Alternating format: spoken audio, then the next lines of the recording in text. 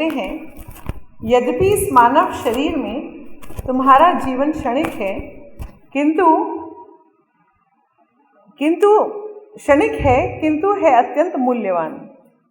अतएव अपने भौतिक इंद्रिय भोग को बढ़ाने का प्रयास करने की अपेक्षा तुम्हारा कर्तव्य यह है कि अपने कार्यों को किसी न किसी तरह कृष्ण भावनामृत में जोड़ो।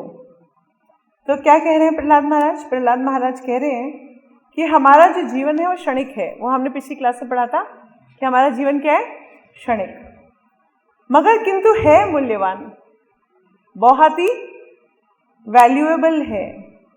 अतएव अपने भौतिक इंद्रियों को बढ़ाने का प्रयास करने की अपेक्षा तुम्हारा कर्तव्य है कि अपने कार्यों को किसी न किसी तरह कृष्ण भावनामृत से जोड़ो।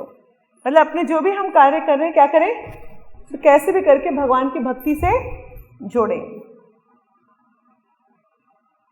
मनुष्य शरीर में ही उच्चतर बुद्धि आती है। चूंकि हमें उच्चतर चेतना मिली है, इसलिए जीवन में हमें उच्चतर आनंद के लिए प्रयत्न करना चाहिए। यह आध्यात्मिक आनंद है। इस आध्यात्मिक आनंद को कैसे प्राप्त किया जा सकता है? तो प्रभुपाद क्वेश्चन पूछ रहे हैं कि इस जीवन में उच्चतर आनंद क्या है? आध्यात्मिक आनंद। तो आध्यात्मिक आनंद मिलेगा कैसे? तो मनुष्य को चाहिए कि वह भगवान की सेवा में लीन रहे, क्योंकि वे ही मुक्ति रूपी आनंद प्रदान करने वाले हैं। हमें अपना ध्यान कृष्ण के चरण कमलों को प्राप्त करने के लिए लगाना चाहिए, जो हमारा इस भौतिक जगत में उद्धार करने वाले हैं। तो मैं पिछली क्लास में आपको बता रही थी कि माया हमें पकड़ लेती है ना, माया घेर लेती है। माया अपना जाल फेंकती है ना। कौन जाल फेंकता है? भगवान। किस? और जाल का नाम क्या है? माया। तो भगवान अपना जाल, माया रूपी जाल फेंकते हैं।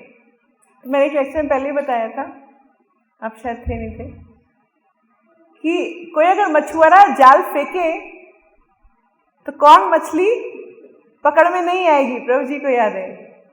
कौन मछली पकड़ में नहीं आएगी? जो उस मछुआरे के चरणों के पास हो। तो यह मछुआरा कौन है? कृष्ण। और वो माया रूपी जाल फेंकते हैं सबके ऊपर। तो जो भगवान के चरणों के पास होगा उसके ऊपर कभी भी ये जाल नहीं आएगा, बाकी सब पकड़ में आ जाएंगे। तो भगवान के चरणों में लगना जरूरी है, क्योंकि भगवान के चरणों में रहेंगे तो हमारे को कभी माया रूपी जाल नहीं पकड़ सकता, है ना। तो माया क्या है?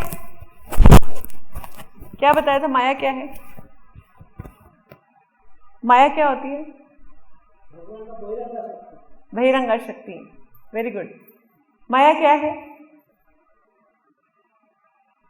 जो है वो नहीं दिखाई देता, और जो नहीं है वो दिखाई देता है। क्या सच है? सच है कि मैं आत्मा हूं। दिखाई क्या देता है? कि मैं शरीर हूं। सच क्या है? कि भगवान की सेवा में ही आनंद मिलेगा। माया क्या बताती है? यहां घूमो तो आनंद मिलेगा, वहां जाओ तो आनंद मिलेगा, है ना। बढ़िया बढ़िया रेस्टोरेंट में खाना खाओ तो आनंद मिलेगा। सबको ये बताती है कि ये चीज मिल जाएगी तो आनंद मिलेगा। आपको पता है माया का प्रभाव कैसा होता है? थोड़ा लेडीज ओरिएंटेड एग्जाम्पल देती हूँ। कभी कभी किसी किसी के दिमाग में आता है, मेरे को तो बस एक हीरो का हार मिल जाए, या ये साड़ी मिल जाए, मैं बहुत खुश हो जाऊंगी, है ना। ये सोने की चेन मिल जाए तो मैं बहुत खुश हो जाऊंगी। किसी चीज के पीछे माया बताती है, भाई ये मिल जाए, तेरे जैसा तो इससे बढ़िया तो कोई और चीज है ही नहीं। दिन रात उसको उसी के सपने आते हैं, हाँ। और जैसे वो आ जाता है, एक फंक्शन दो फंक्शन में पहन लिया, उसके बाद क्या होता है उसका? सबने तो देख लिया, अब क्या फायदा है? अब उसकी कीमत कितनी रह जाती है? उसकी कीमत कितनी रह जाती है? 0। अब नया चाहिए। तो कहने का अर्थ ये है कि जब भी हम कभी नया कपड़ा पहनते तो हमें बड़ा अच्छा लगता है। ओहो, आज तो सब लोग टोकते हैं, अरे आज तो बंठन के आए हुए हो, क्या बात है, नया धोती, नया कुर्ता। हाँ, कहाँ जाना है भाई, बर्थडे है क्या? हमें लगता है आज तो बड़े अच्छे लग रहे हैं। मगर नेक्स्ट डे जैसे वो वॉश होके पहनते हैं हम नेक्स्ट डे, उसके बाद उसकी यूटिलिटी, उसके जो आनंद है क्या हो जाता है? खत्म हो जाता है। दूसरी बार तीसरी बार कोई नहीं पूछता, है ना। तो भौतिक चीजों का प्रॉब्लम ही यही है कि उसके अंदर जो आनंद है वो क्या होता है? हमेशा कम होता है। और आध्यात्मिक चीजों के अंदर आनंद क्या होता है? हमेशा बढ़ता है। जब हमने पहली बार चैंटिंग किया था तो उस टाइम पर हमारे को थोड़ा बहुत आनंद आया था, तो हमने बस किसी ने कहा था तो कर लिया था। और जब दूसरी बार किया तो थोड़ा सा और अच्छा लगा था। और अब जब माला करने मेरे को बहुत अच्छा लगता है।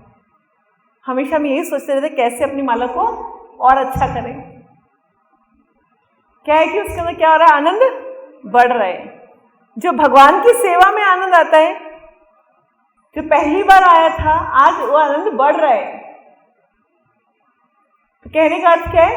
भौतिक चीजों के अंदर आनंद घटता है, आध्यात्मिक चीजों में आनंद बढ़ता है। क्यों? ऐसा क्यों होता है? हाँ जी, वो एक ना एक दिन तो है, हमारा तो अभी कुर्ता चल रहा है, अभी दूसरी बार ही पहना है, फिर भी उसका आनंद खत्म हो गया। ऐसा क्यों?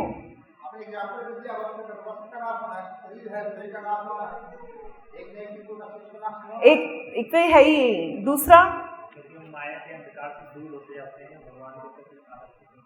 हाँ, क्योंकि भगवान सारे आनंद का स्तोत्र है। भगवान क्या है? सतचित आनंद के पूर्ण विग्रह, वो आनंद के स्तोत्र हैं। तो जितना जितना हम माया से दूर जाते जाएंगे और भगवान के क्लोज होते जाएंगे, इसका ना आनंद बढ़ता जाएगा। जैसे किसी अग्नि के पास जाते जाएंगे तो क्या होगा? गर्मी बढ़ती जाएगी, क्योंकि हम आग के पास जा रहे हैं तो गर्माहट बढ़ती जाएगी। वैसे ही जब हम भगवान के पास जाते जाएंगे तो जैसे भगवान आनंद के स्रोत हैं, तो हमारा आनंद भी बढ़ता जाएगा। और मटेरियल में क्या है? वो भगवान से दूर है, तो इससे क्या होगा? जो भी चीज भगवान से दूर होगी उसका आनंद हमेशा घटता जाएगा, घटता जाएगा, घटता जाएगा।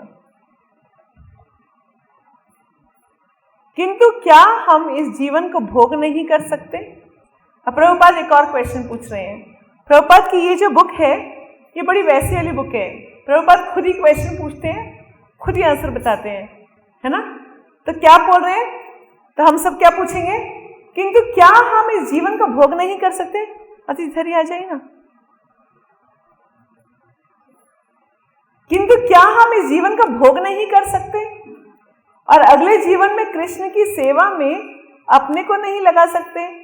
मतलब कि इस जीवन मजे करते हैं और अगले जीवन में जाके भगवान को याद करेंगे। हाँ, प्रभुपाद पूछ रहे हैं, क्वेश्चन पूछ रहे हैं। तो क्या इस जीवन में भोग कर लेते हैं, अगले जीवन में भक्ति करेंगे? जब भी किसी के पास जाएंगे तो बोलेंगे अभी थोड़ी ना भक्ति की उम्र आई है। भक्ति की उम्र कब आएगी? जब आप बूढ़े हो जाओगे। हाँ, अभी उम्र नहीं हुआ। मैं आपको एक इंसिडेंट सुनाती हूँ। उस टाइम मैं 27-28 साल की थी, नहीं इस्कॉन में जुड़ी थी। तो क्या हुआ था कि मैं माला कर रही थी, और तब जब नए नए भक्त होते हैं हम लोग क्या करते हैं, माला भी हर टाइम ही करते हैं। शॉपिंग गई हुई थी, मैं माला कर रही थी, तो वहाँ पर मैंने देखा, जहाँ पर मैंने दुकान से सामान खरीदा, तो वहीं पास उस दुकान की चबूतरा बना हुआ था। पेड़ के आसपास जो गोल गोल बना होता ना, वो बना हुआ था। तो एक बूढ़ा व्यक्ति था, होगा लगभग 70-75 साल का, और वो वहां बैठकर ताश खेल रहा था, अकेला। अकेला ताश कैसे खेल रहा था? ये वाले ताश की गड्डी भी उसके पास थी, ये वाली भी उसके पास थी, दोनों तरफ। हाँ, अकेले ताश खेल रहा था। तो पहले यूं करता, फिर यूं करता, फिर यूं करता, फिर यूं करता, ऐसे से करके खेल रहा था। ठीक है, तो ताश दोनों तरफ से खेल रहा था अकेला। तो मैं जब माला कर रही थी हरे कृष्णा कृष्णा कृष्णा हरे हरे, हरे राम राम राम हरे हरे, तो ना हंसना शुरू हो गया। हे ये तेरी उम्र है भक्ति करने की। मुझको बोलते हैं ये तेरी उम्र है भक्ति करने की। तो मैंने देखा, अच्छा वो जितना सामान निकाल रहे थे भैया, मैं उनको नोटिस कर रही थी पीछे कि वो क्या कर रहे हैं। बड़ा अजीब सा लग रहा था, ताश दोनों तरफ से खेल रहे थे। तो मैंने उनको एक सिंपल सा क्वेश्चन पूछा, क्या आपकी उम्र आ गई क्या?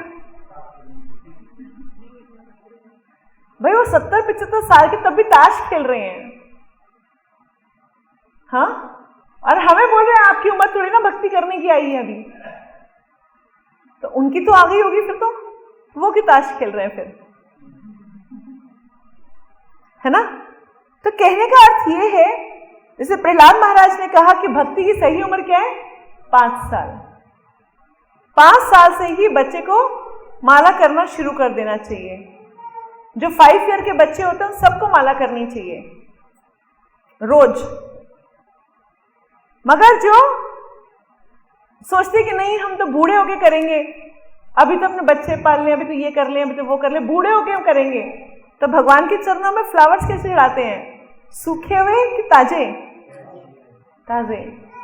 और एक और बात बताती हूँ आपको, यहां तो सब भक्त हैं, मगर अगर आप शहरों में जाएंगे, दिल्ली जैसे शहर में जाएंगे, जो लोगों ने बिल्कुल कोई भक्ति नहीं कर रखी होती, बुढ़ापे में आकर बिल्कुल दिमाग हिल जाता है और वो इस बुढ़ापे में आके गंदी गंदी बातें बोलना शुरू कर देते हैं, गंदी गंदी अपशब्द बोलना शुरू कर देते हैं, गालियां देना शुरू कर देते हैं।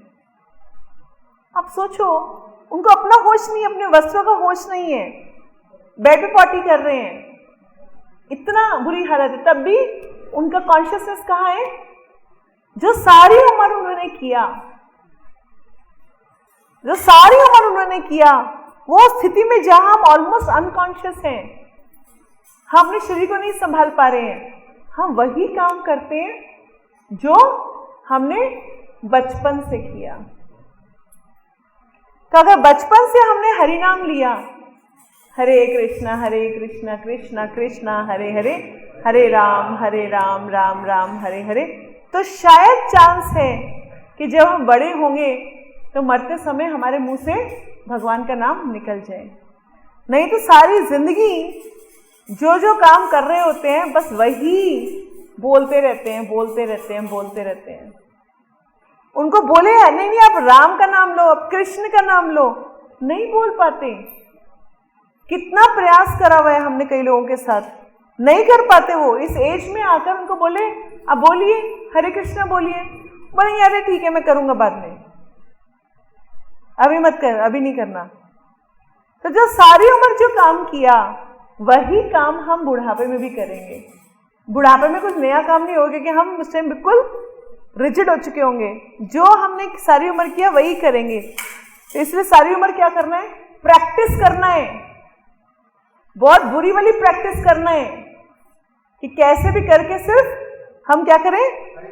हरि का नाम लें, भगवान का नाम लेते रहें, माला करें और भगवान का नाम सुने, ताकि जब जिस समय प्राण त्याग रहे हो हम, उस समय हमारे मुंह से भगवान का नाम निकल जाए, है ना? ये तो नॉर्मली अर्थी के बाद बुलाया जाता है राम नाम सत्य है, बोलते हैं ना, अरे वो चला गया, उसको बताने का क्या फायदा, राम नाम सत्य, पहले बताया होता। तो किसको बता रहे होते हैं वो? जो बाकी सब लोग जा रहे हैं उनके साथ, कि देखो तुमने भी ऐसे जाना एक दिन, सिर्फ राम नाम ही सत्य है। बोलते हैं राम नाम सत्य है, राम नाम सत्य करके लेके जाते हैं। तो जिसने अगर चला गया उसको थोड़ी ना सुना रहे हैं, किसको सुना रहे हैं? जो हम सब साथ जा रहे हैं, हमें सुना रहे हैं कि राम का नाम ही सत्य है। ऐसे तो हमने भी शरीर छोड़ देना है। तो प्रभुपाद प्रश्न पूछ रहे हैं कि इस जीवन में मजे कर लेते, अगले जीवन में भक्ति करेंगे तो क्या कह रहे हैं? प्रहलाद महाराज का क्या उत्तर है इस पे? तो उनके सब बच्चों ने पूछा होगा कि चलो भाई अभी तो मजे करते हैं, अगली बार भक्ति करेंगे। प्रहलाद महाराज क्या कहते हैं, अभी हम भौतिक बंधन में हैं, इस समय मुझे यह शरीर मिला है, किंतु कुछ वर्षों बाद में यह शरीर त्याग कर अन्य शरीर धारण करने के लिए बाध्य होऊंगा। एक बार एक शरीर पा लेने पर तथा अपने शरीर इंद्रियों को आदेशों से भोग करने पर हम ऐसे इंद्र तृप्ति से दूसरे शरीर को तैयार करते हैं और यह दूसरा शरीर अपनी इच्छा के अनुसार प्राप्त होता है। क्या कह रहा है ये लाइन बहुत इंपॉर्टेंट है। ये कह रहा है कि इस शरीर में हम अपने अगले शरीर को बुन रहे होते हैं। हमने अगले शरीर, आज हम अगले शरीर को, जैसे स्वेटर बुनते हैं ना, हम अपना अगला शरीर बुन रहे हैं। आज हम क्या करेंगे उससे हमें अगला शरीर निर्धारित होता है। छोटे बच्चे के हाथ में भी लाइनें लगी हुई होती हैं जब पैदा होता है, और वो भी अपना भाग्य लिखवा के लाया होता है। हाँ या ना? कहां से लिखवा के लाया? जो उसने पिछले जन्म में कर्म किए थे उसके हिसाब से उसका अगला जन्म बन रहा है। जब छोटा बच्चा अपनी माँ के गर्भ से बाहर निकलता तो वो देखता है मेरी माँ 2 पाँव की 8 पाँव की है। तब उसके बाद पता चलता है कि मैं कॉकरोच के घर में जन्म लिया कि इंसान के घर में जन्म लिया। तो आज जो हमारी मनोस्थिति है उसके हिसाब से ही हमें अगला जन्म मिलना है। हम आज अपने नए शरीर का निर्माण कर रहे हैं। जो भी आज हमारी कॉन्शियसनेस है वही हमें अगला जन्म देगा। अगर आज हमारी कॉन्शियसनेस ऐसी बन जाती है कि हम इसके प्रति, अरे वो तो ऐसा है, सबके प्रति ईर्ष्या कर रहे हैं, तो क्या होगा कि हमारे को अगला जन्म किसी ऐसे जानवर का मिलेगा जो सबसे ईर्ष्या करता हो। क्योंकि ये शरीर ईर्ष्या करने के लिए नहीं मिला है। ये शरीर इस इंसान के शरीर में, इस ह्यूमन बॉडी में एक ही काम किया जा सकता है अच्छे से, वो है भगवान को जानना। बाकी सब आहार हम अच्छा कर सकते हैं। माता जी, क्या हम खाने में हम सबसे अच्छा खा सकते हैं? नहीं, हम हाथी जितना कहाँ खा सकते हैं? क्या हम अच्छा खा सकते हैं? सबसे अच्छा खा सकते हैं? नहीं। हमें तो आज थाली में 2 रोटी के बजाय 5 रोटी डाल दीजिए, हमें तो वही हजम नहीं होंगी। आज बहुत बढ़िया बढ़िया चाट पकौड़ा सब कुछ मिला हुआ, हम लोग जरूरत से ज्यादा खा लेंगे, वहीं बीमार पड़ जाएंगे। हम अच्छे से खा सकते हैं? नहीं खा सकते। हम अच्छे सो सकते हैं? 6-7 घंटे बाद कोई आ जाए, उठ क्या पागल की तरह सोए जा रहा है ना? सोने का है तो पोलर बियर बनो। और 6 महीने 7 महीने तो वैसे ही परमानेंट सो जाता है, कुंभकर्ण की तरह उठता ही नहीं है। और बाकी 5 मिनट जो उठता है उसमें से 3 या 4 घंटे उठता है, बाकी वो भी उसमें भी बाकी टाइम में सोता है।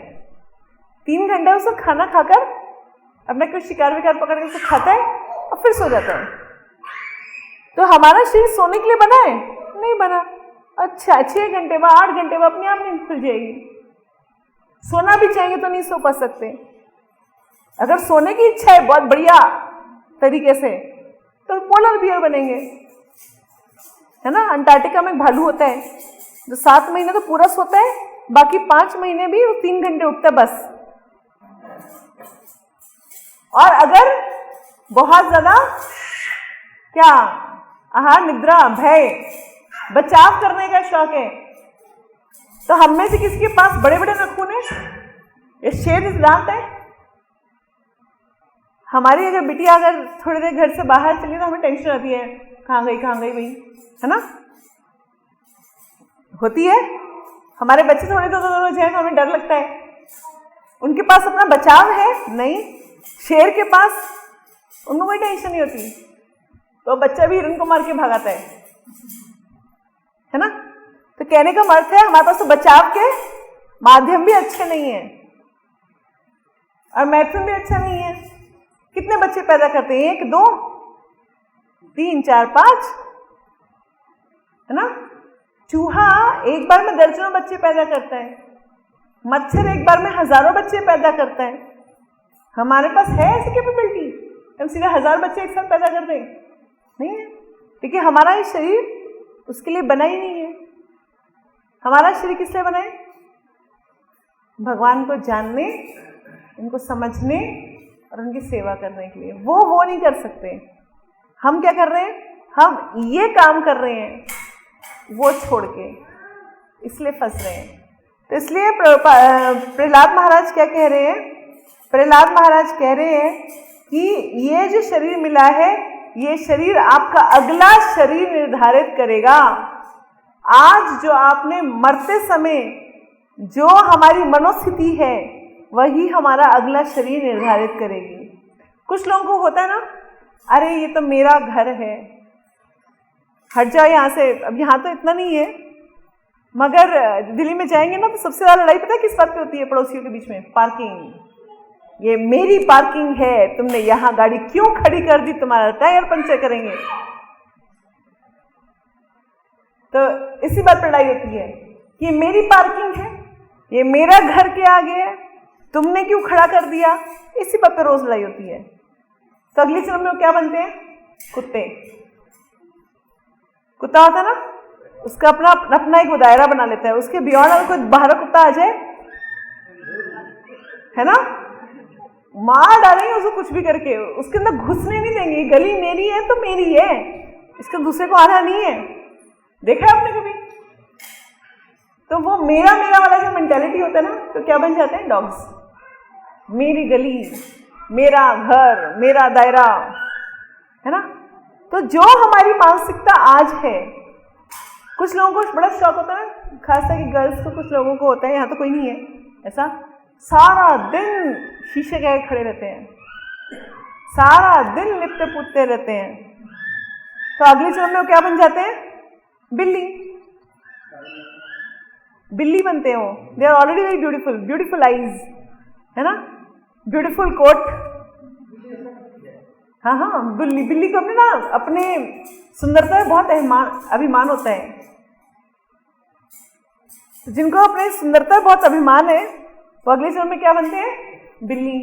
और जिनको अपने वस्त्र उतारने का बड़ा शौक होता है, फिल्मों में देखा ना, कई लोगों को बड़ा शरीर दिखाने का शौक होता है, तो वो अगले जन्म में पेड़ बना देते हैं भगवान उनको। तो बेटी के शरीर दिखाने का शौक है ना, पेड़ बन जा, आराम से, कोई टेंशन नहीं है, आराम से दिखाओ। तो कहने का अर्थ क्या है? भगवान बोलते हैं कि भाई ये जन्म, मनुष्य जन्म तो मिला था आपको कुछ पर्टिकुलर काम करने के लिए, वो तो किया नहीं, और चीजों के शौक पाले। तो अगले जन्म में आप क्या बनोगे? भगवान कोई पनिशमेंट नहीं दे रहे, भगवान हमारा साथ दे रहे हैं। तो तुम्हारे को शरीर ही दिखाना है ना, यहाँ तो आपको दिक्कत हो रही है, बार बार सेंसर हो रहा है ना। पेड़ बनो, कोई सेंसर नहीं होएगा, है ना। बहुत ही सुंदर बनने का शौक है तो बिल्ली बनो, बहुत सुंदर दिखोगे, उसको अपनी सुंदरता में बड़ा अभिमान रहता है। तो क्या है, हम जैसी मानसिकता आज बनाएंगे, मरते समय जो मानसिकता हमारी होगी, उसी मानसिकता के तरह हमारा नया शरीर बनेगा। ये फैक्ट है। तो आज देख लेते हैं, हम अपने आप को देखना चाहिए कि हम क्या मानसिकता में हैं। क्या हम सेवा करने के लिए भाग रहे हैं, या अभी भी चुगली चकारी में लगे हुए हैं, अभी भी निंदा चुगली सब में लगे हुए हैं, अभी भी हमारे अंदर कोई और प्रॉब्लम है? खुद देखिए, दूसरा नहीं आएगा बताने आपको। तो हमें खुद देखना है कि हमें अगला शरीर कौन से वाला चाहिए। हमें भगवत धाम में जाकर वहाँ वाला शरीर चाहिए, भगवान की दोस्त बनना है, भगवान की गोपी बनना है, भगवान की गायें बनना है, भगवान की चिड़िया बनना है, या और भगवान का तोता भी यहाँ बैठ करके आराम से, जब भगवान बांसुरी बजाते तो यहाँ पे खड़े होकर आराम से सुनता है, वो डांस करता है उनके साथ, है ना। भगवान का मोर बनना है, या हमारे को इस भौतिक संसार में कुत्ता बिल्ली चूहा पेड़ बनना है, वो हमारे ऊपर है। भगवान ने कहा ये तुम्हारे ऊपर है, मैं तो तथास्तु करने बैठा हूँ। हाँ, आप तथास्तु करने बैठे हैं, भगवान तो आप बोलो आपको क्या बनना है, उसके हिसाब से मेहनत करनी पड़ेगी, है ना। अगर सारी उम्र मेहनत करिए दूसरों की चुगली करने के लिए, सारी उम्र मेहनत करे दूसरों से ईर्ष्या करने के लिए, तो फिर वैसे ही बनेगी। तो प्रहलाद महाराज कह रहे हैं कि आपका अगला शरीर किसके हिसाब से बनेगा? जो आज आप हैं उसके अकॉर्डिंग बनेगा। इसकी कोई और प्रतिभूति नहीं है कि आपको मनुष्य शरीर ही मिले। अच्छा, एक बार क्या होता है, मैं प्रीचिंग कर रही थी, एक ने बोला कि माता जी जो इंसान होता है वो अगले जन्म में भी इंसान ही बनता है। मैं क्या, ऐसा कोई जरूरी नहीं है, भगवद गीता में लिखा है कि जो तमोगुण में मरता है वो जानवर बन जाता है। पर नहीं, अगर आम की गुठली को बोएंगे तो आम का पेड़ तो निकलेगा। मैंने कहा तो आपकी आत्मा की गुठली है। उन्होंने मुझे एग्जाम्पल बड़ा ना अपना लॉजिक से दिया कि आम की गुठली बोएंगे तो आम का पेड़ तो निकलेगा, इंसान जब मरेगा तो इंसान तो बनेगा। मैंने कहा तो आत्मा की गुठली है। आत्मा गुठली थोड़ी है, आत्मा तो भगवान का एक स्पिरिचुअल स्पार्क है, उसके ऊपर कवर कौन सा आना है वो तो कोई भी हो सकता है। तो इंसान बनेगा इंसान ही बनेगा, ऐसे कोई जरूरी नहीं है। भगवद गीता में बिल्कुल स्पष्ट करके लिखा हुआ है। तो इसीलिए यहाँ पे क्या बोल रहे हैं, इसी कोई प्रतिभूति तो गारंटी नहीं है कि आपको मनुष्य शरीर ही मिले। यह तो आपके कर्म पर निर्भर करेगा। यदि आप देवता की तरह कर्म करेंगे तो आपको देवता का शरीर प्राप्त होगा, और यदि आप कुत्ते की तरह कर्म करेंगे तो कुत्ते का शरीर प्राप्त होगा। मृत्यु के समय आपका भाग्य आपके हाथ में नहीं होता, यह प्रकृति के हाथ में होता है। तो क्या बोल रहे हैं, हम चाहेंगे कि हम ये बन जाएंगे? नहीं, प्रकृति के हाथ में है, टिट फॉर टैट। जो जैसा आपने सोचा, मानसिक लेवल किया, वैसा का वैसा बनेंगे। अच्छा, एक दिन मुझसे किसी ने एक प्रश्न पूछा कि माता जी आपने बताया कुत्ते की जन्म, ऐसे एक लेक्चर दे रहे, सेम कुत्ते के ऊपर भी ध्यान आया कि जिनको हाय मेरा होता है वो अगले जन्म में कुत्ता बन जाते हैं। तो कुत्ते तो बड़ी ऐश करते हैं, कई कुत्ते तो ना कारों में घूमते हैं, बढ़िया उनके 2-2 4 नौकर होते हैं। तो फिर क्या हमारे को ये जो कुत्ते की योनि है अच्छी नहीं है, उसको कैसे इतनी अच्छा मिल गया? मैं क्या, देखो बड़ी सीधी बात है, सुख और दुख हमारे कर्मों के अनुसार आते हैं। अच्छा काम करेंगे तो सुख आएंगे, बुरा काम करेंगे तो दुख आएंगे। शरीर बनता है हमारी मेंटालिटी के अकॉर्डिंग, जो हम मरते समय जो हमने अपनी मानसिकता डेवलप की है उसके अकॉर्डिंगली शरीर मिलना है। तो मानसिकता तो कुत्ते वाली थी, और दान पुण्य का रखे थे बहुत सारे, तो मर्सिडीज कार वाला कुत्ता बन जाएंगे। तो चाहे गलिया कुत्ता बने या मर्सिडीज कार वाला कुत्ता बनेंगे तो कुत्ते ही कहलाएंगे, कुत्ते ही, है ना? तो उसके जो पुण्य है वो कहाँ खत्म हो गए? पुण्य शरीर नहीं डेवलप कर सकता, मानसिकता जो आपने सारी जिंदगी की है वो नया शरीर बनाता है। पुण्य तो आपके सुख और दुख है। अगर बुरे कर्म कर रखे हैं, कुत्ते वाली मेंटालिटी है, तो क्या होगा? एक ऐसे वाले कुत्ते बनेंगे जिसको सब पत्थर मारेंगे, है ना? और अगर पुण्य कर रखे हैं बट फिर भी कुत्ते वाली मेंटालिटी है, तो ऐसे कुत्ते बनेंगे जिसके नीचे पीछे दो नौकर होंगे। आपको पता है दिल्ली में रजौरी में साउथ एक्स में पूरी बिल्डिंग जितने पार्लर हैं कुत्तों के, वहां एक बार कुत्ते को ले जाने का मतलब है कम से कम 25,000 रुपया। वो उसके पूरी शैम्पू करते हैं, फिर उसकी हेयर कटिंग करते हैं, है ना, पूरा उसके लिए उसको पूरा वो अच्छे से उसका वो सब करते हैं। मैं तो कभी गई नहीं, मेरे को पता नहीं क्या करते हैं। मेरे को किसी ने बताया कि 10,000 से लेकर 25,000 रुपये लगता है उस कुत्ते को वहां ले जाकर शैम्पू वैम्पू कराने के लिए। उसका पूरा पार्लर है वहां पर, पूरी बिल्डिंग का पार्लर है, बहुत सुंदर, है ना? तो ये क्या है?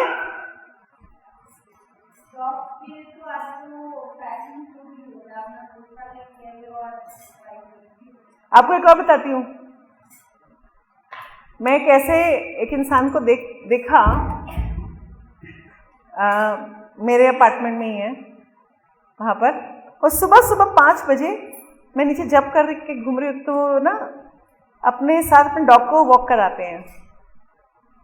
अब जब अपने कुत्ते को वॉक कराते हैं तो कुत्ता वहाँ पे पॉटी करता है, तो अपने जेब में से एक ग्लव निकालते हैं, उस पॉटी को उठाते हैं उस ग्लव में से, और फिर ऐसे करके उस ग्लव को उल्टा कर लेते हैं और उसके ऊपर गांठ लगा देते हैं और अपनी पॉकेट में रख लेते हैं।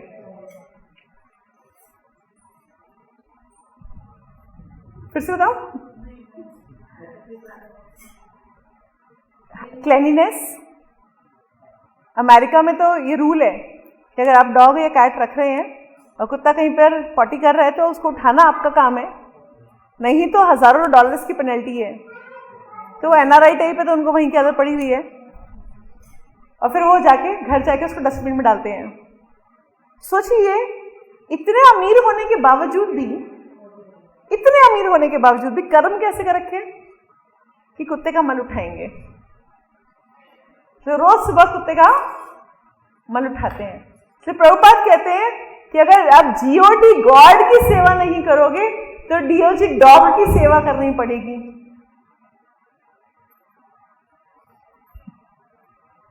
तो जो GOD गॉड की सेवा नहीं करते वो DOG डॉग की सेवा करते हैं। आपको बात समझ में आ रही है? तो कभी आप मेरे घर रहने आएंगे तो आपको ऐसे उन व्यक्ति के दर्शन कराऊंगी, रोज सुबह सुबह आपको दिखाई देंगे वो वहाँ पर। और उनका डॉग बिल्कुल बुलडॉग जैसा है। उनका डॉग जो कुत्ता है बिल्कुल शेर के भांति है, इतना लंबा चौड़ा है, मतलब मेरे तो यहाँ तक आता है, खैर खतरनाक सा है। चलिए आगे चलते हैं। तो हमारा कार्य ये नहीं है कि हम ये मनोकल्पना करें कि हमें अगला कौन सा भौतिक शरीर मिलेगा। इस समय तो हम इतना ही समझ लें कि यह मनुष्य शरीर हमारी आध्यात्मिक चेतना अर्थात हमारे कृष्ण भावनामृत को विकसित करने के लिए सुअवसर है। इसलिए हमें तुरंत कृष्ण की सेवा में संलग्न हो जाना चाहिए, तभी हम प्रगति कर सकेंगे। परंतु हम कब तक ऐसा करें? अब नेक्स्ट क्वेश्चन प्रभुपाद फिर से पूछ रहे हैं। भगवान की सेवा करना है, अभी है, जो आज कर लिया वो अगले जन्म में जैसा आज करेंगे वैसे ही हमें अगला शरीर मिलेगा। ये सब तो आंसर मिल गया। अब प्रभुपाद नेक्स्ट क्वेश्चन पूछ रहे हैं, क्या कब तक सेवा करनी पड़ेगी? कब तक हम ऐसा करें? तो क्या कह रहे हैं? जब तक यह शरीर कर्म कर सकता है तब तक। कब तक भगवान की सेवा करनी है? जब तक ये शरीर कर्म कर सकता है तब तक। लोग सोचते हैं बुढ़ापे में आके करेंगे, बुढ़ापे में आकर वैसे ही सारे अंजर पंजर ढीले हो चुके होते हैं, है ना। हम सब देख सकते हैं, अपनी अपनी आयु में देख सकते हैं कि जो आज 10 साल पहले जो एनर्जी थी हम में वो आज नहीं है, और आज जो है वो आगे और 10 साल बाद नहीं होगी। जितना कर लिया। तो प्रभुपाद बड़े आराम से एक बड़ा बहुत सटीक आंसर दे रहे हैं। क्या? कब तक भगवान की सेवा करनी है? जब तक ये शरीर कर्म कर सकता है तब तक। हम ये नहीं जानते कि यह कब काम करना बंद करेगा।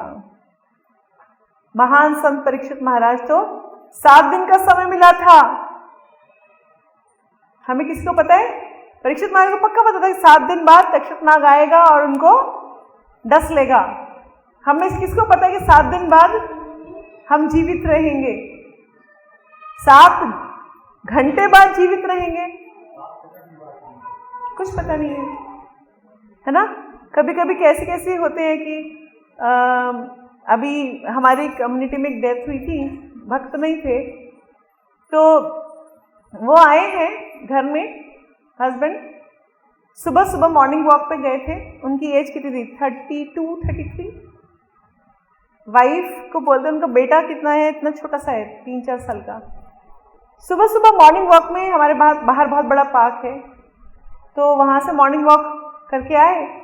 करके आने के बाद अपनी वाइफ को बोलते कि ना पता नहीं क्यों ना आज मेरे को जो वॉक करना था बहुत पसीना आ रहा था, तो चल तो मुझे थोड़ा सा नाश्ता वाश्ता करा नहा धो के मैं ऑफिस जाऊं।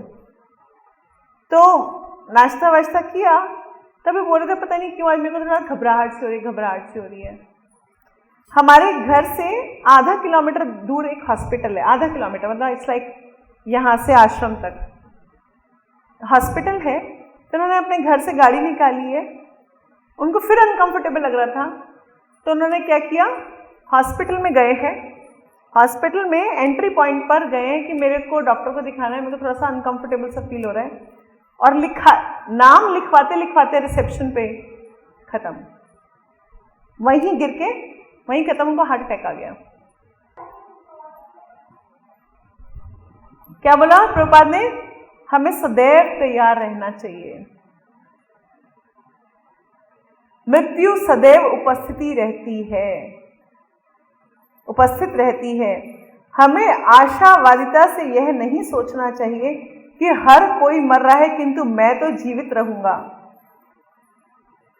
यदि हर कोई मरता है तो फिर आप क्यों जीवित रहेंगे? आपके पितामह मरे हैं, प्रपितामह मरे हैं, अन्य संबंधीगण भी मरे हैं, तो फिर आप क्यों जीवित रहेंगे? आप भी मरेंगे, आपकी संतानें भी जाएंगी। अतएव इससे पूर्व की मृत्यु आए, जब तक यह मानव बुद्धि है, हम कृष्ण भावनामृत में जुट जाएं। प्रहलाद महाराज की यही संस्तुति है। तो प्रहलाद महाराज क्या कह रहे हैं? प्रहलाद महाराज कह रहे हैं कि देखो भैया, मौत तो कभी भी आ सकती है, ऐसी कोई एज नहीं है। जितने मैं आपको एग्जाम्पल दे रही हूँ, बहुत यंग एग्जाम्पल्स दे रही हूँ। 32 ईयर, शी वाज 42 ईयर, है ना। और उनकी बच्ची के 12th के एग्जाम्स थे, तो एक ही बेटी थी, उनकी 12th के एग्जाम्स थे। तो फटाफट कब कौन कहाँ निकल जाता कुछ पता नहीं चलता। हम नहीं जानते कि यह शरीर कब काम करना बंद कर दे।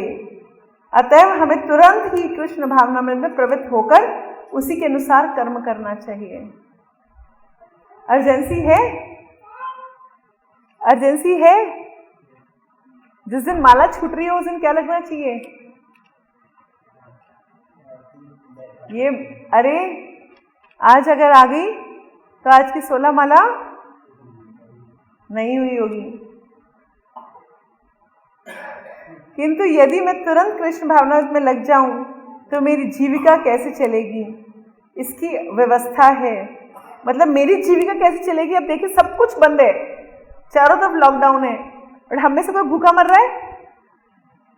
भगवान ने सबका अरेंजमेंट कर रखा है, सबका अरेंजमेंट कर रखा है। किसको कहाँ पे बंद करना है वो भी डिसाइड कर रखा है ना। कौन कहाँ पे लॉकडाउन में जाएगा वो भी भगवान ने पहले से डिसाइड कर रखा है। मुझे आप लोगों से अपने एक शिष्य के विश्वास के विषय में वर्णन करते हुए अत्यंत प्रसन्नता हो रही है। उससे असहमय एक अन्य शिष्य ने कहा, तुम इसकी देखरेख नहीं करते कि प्रतिष्ठान को कैसे चलाया जाए? इस पर उसने उत्तर दिया, अरे कृष्ण सब प्रदान करेंगे, यह अति उत्तम विचार है। उसे सुनकर मैं हर्षित हुआ। प्रभुपाद कह रहे हैं कि एक शिष्य ने, प्रभुपाद के शिष्य ने कहा, अरे ये मंदिर कैसे चलेगा? दूसरे शिष्य ने कहा, अरे कृष्ण सब कुछ अरेंजमेंट कर देंगे। प्रभुपाद कह रहे हैं, ये सुनकर मेरे बहुत खुशी हुई कि देखो कितनी डिपेंडेंसी है कृष्ण के ऊपर, कि चिंता नहीं है कि हमारा क्या होगा, कैसे होगा। यदि कुत्ते, बिल्ली और सुअर भोजन पा सकते हैं तो क्या कृष्ण हमारे भोजन का प्रबंध नहीं करेंगे? यदि हम पूरी तरह से कृष्ण भावना भावित हो तो क्या उनकी सेवा करते हो? क्या कृष्ण कृतज्ञ है? मतलब अगर हम भगवान की सेवा करते रहे तो क्या भगवान हमारी ध्यान नहीं रखेंगे? भगवान तो मछलियों, कुत्ते, बिल्लियों सबका ध्यान रखते हैं। तो अगर हम भगवान की सेवा में लगे हुए तो भगवान हमारे तो ध्यान रखेंगे ही रखेंगे, है ना। मारे कृष्णा राखे कृष्णा मारे के। जब हमारे को भगवान रख रहे हैं, देख रहे हैं, संभाल रहे हैं, है ना, तो फिर हमारा तो ध्यान वही रखेंगे। भगवत गीता में भगवान कहते हैं कि हे अर्जुन, मैं सभी पर संभाव रहता हूँ। मैं किसी से ईर्ष्या नहीं करता और ना ही कोई मेरा विशेष मित्र है, किंतु जो कृष्ण भावनामृत में संलग्न रहता है उसका मैं विशेष ध्यान रखता हूँ। क्या कह रहे हैं भगवान? कि जो मेरी भक्ति करता है उसके लिए मैं पार्षद तो हूँ, उसका मैं विशेष ध्यान रखता हूँ। क्योंकि एक छोटा बालक अपने माता पिता की कृपा पर पूरी तरह आश्रित रहता है, अतएव वे उस बालक पर विशेष ध्यान रखते हैं। यद्यपि माता पिता सारे बालकों पर समान रूप से दयालु होते हैं, किंतु वे छोटे छोटे बालक जो सदैव माँ माँ चिल्लाते रहते हैं उन पर विशेष ध्यान दिया जाता है। क्या है मेरा लाल, बोलो, यह स्वाभाविक है। तो कोई बच्चा अगर सारे दिन माँ माँ करता रहे तो क्या होएगा? माँ बच्चे का ध्यान रखेगी। ऐसे हम हर टाइम क्या करते थे? हरे कृष्णा कृष्णा कृष्णा हरे हरे, हरे राम राम राम हरे हरे। तो भगवान हमारा हमेशा ध्यान रखेंगे ही रखेंगे, है ना। तो एक बार एक हमारे आचार्य अपने लेक्चर में बता रहे थे कि हमारी चैंटिंग कैसे होनी चाहिए। तो मेरे को वो एक इंस्टेंस याद आया, मैं उसके बस वो लास्ट बोल करके मैं खत्म कर रही हूँ। हमारी चैंटिंग ऐसे होनी चाहिए कि जैसे पेड़ के ऊपर, एक नारियल के पेड़ पे एक छोटा सा घोंसला हो और उस घोंसले में एक छोटा सा चिड़िया का बच्चा जो अभी अभी अंडे से निकला है और उसके सामने सांप आ जाए। क्या आ जाए? सांप। उसको खाने के लिए मुंह खोल के खड़ा हो तो बच्चा अपनी माँ को कैसे चिल्लाएगा? ना तो वो उतर सकता, नारियल का पेड़ है तो उसके पंख भी नहीं आए, ना वो उड़ सकता है ना वो सांप के साथ लड़ सकता। वो अपनी माँ को कैसे पुकारता है? पूरा सरेंडर होके, अपनी पूरी चीख के वॉल्यूम में चिल्ला के बोलता है, माँ बचा लो बचा लो बचा लो, क्वां क्वां क्वां क्वां करता है। तो ऐसे ही मृत्यु रूपी सांप हमारे ऊपर आया हुआ है, कभी भी आ सकता है। तो हमें भगवान को उस भाव से चैंटिंग करनी चाहिए कि हरे कृष्ण कृष्ण कृष्ण हरे हरे, हरे राम राम राम हरे। भगवान हमारा आपके बगैर कोई नहीं है, सिर्फ आप मुझे बचा सकते हो। मेरे को आपके अलावा कोई और इस दुनिया में है ही नहीं जो मुझे बचा सके। सिर्फ आप ही मेरे हो और कोई इस दुनिया में मेरा है ही नहीं। जिस दिन ये फीलिंग आना शुरू हो जाएगी कि हाँ मेरे इस दुनिया में कोई नहीं है, सिर्फ आप हो आप हो आप हो, आपके अलावा कोई मेरा रक्षक नहीं है, आपके अलावा मेरा कोई नहीं है, उस दिन हम सही से चैंटिंग कर पाएंगे। अभी हमें लगता है हमारे बहुत लोग हैं। जब द्रौपदी का चीरहरण हो रहा था, द्रौपदी के चीरहरण के समय वो सबसे पहले जब उसके दुशासन ने उसको बुलाया, चल सभा में लेके चलना है, तो द्रौपदी को था उसे बोल कैसे रहे? How you speaking to me? मतलब मैं इंद्रप्रस्था की महारानी हूं और तुम मेरे देवर हो, तुम मुझसे बोल कैसे सकते हो? तो सबसे पहले उनको क्या था? अपने औहदे का, फिर रिलेशन का। तो दुशासन का चल यहां से, तो उसने कहा गार्ड्स, अपने सर चारों तरफ गार्ड्स को देखा, गार्ड्स को बुलाया, बाउंसर जैसे गार्ड्स थे उसके, सब नीचे कर लिया। तो उसको किस पे विश्वास था? अपने गार्ड्स पर। उससे मना कर रही, मैं नहीं चाहती। तो दुशासन उसके बाल पकड़ लिए और उसको इधर उधर पटकते हुए खींचते हुए लेके जाने लगा। तो उसको समझ में नहीं आता हो क्या रहा है। भाई I am the queen of this earth, मैं इस पूरी पृथ्वी की महारानी हूं।